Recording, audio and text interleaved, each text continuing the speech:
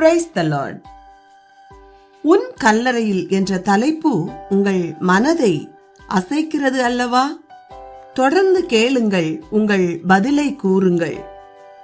Norway நாட்டை சேர்ந்த சிறுமி ஒருவள் கிபி 18ஆம் நூற்றாண்டில் இயேசுவை பற்றி சொல்வதில் நாட்டம் கொண்டாள்.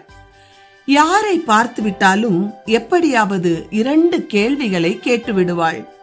1, இயேசுவை உங்களுக்கு தெரியுமா?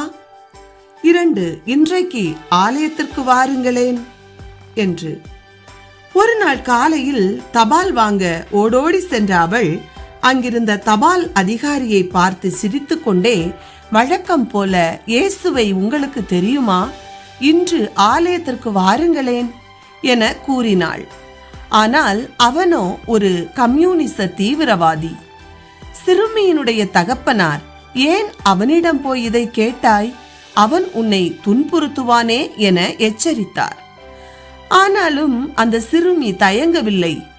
அடுத்த நாளும் அதேபோல் அந்த தபால்கார அதிகாரியிடம் கேட்டாள். சிறுமியை மிரட்ட நினைத்த அந்த அதிகாரி அவள் புன்முறுவலுடன் கூறும் அந்த பொன்மொழியால் கவரப்பட்டான். ஆனால் 3வது நாளும் தபால்கார அதிகாரி வந்தபோது சிறுமி அவரை பார்க்க வரவில்லை. சிறுமியை காணாத அதிகாரி சிறுமியை தேடி அவளின் வீட்டிற்கு வந்தான். சிறுமி இறந்து போய்விட்டாள் என்பதை கேள்விப்பட்ட அந்த அதிகாரி அதிர்ந்து போனான். அந்த தீவிரவாதியான அதிகாரிக்கு அச்சிறுமியின் புன்முறுவலும் அவள் கேட்ட கேள்விகளும் அதிக வேதனையை ஏற்படுத்தியது. கேட்டவள் போய்விட்டாள். அவள் போவதற்குள் கேள்வியையும் கேட்டுவிட்டாள்.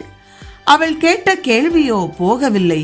என்னை சும்மா விடவே இல்லை என நொறுங்கி போனான் அந்த அதிகாரி.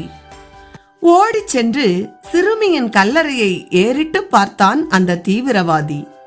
அவன் கல் மனதில் மறுபடியும் அந்த கல்லறை வாசகங்கள் பேசியது. இயேசுவை உங்களுக்கு தெரியுமா? இன்றைக்கு ஆலயத்திற்கு வாருங்களேன் என்று. சிறுமிக்கு பதில் சொல்லும் வண்ணமாக அங்கேயே மண்டியிட்டு மறுமொழி கொடுத்தான். இயேசுவை எனக்கு தெரியும், இன்றைக்கு ஆலயத்திற்கு வருகிறேன் என ஒப்பு கொடுத்தான்.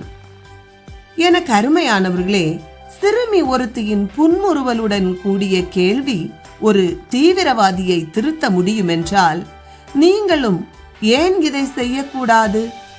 இயேசுவுக்காக நீங்கள் இதை செய்யக்கூடாதா? உங்கள் கல்லறையில் என்ன வாசகங்கள் பொறிக்கப் போகிறீர்கள்?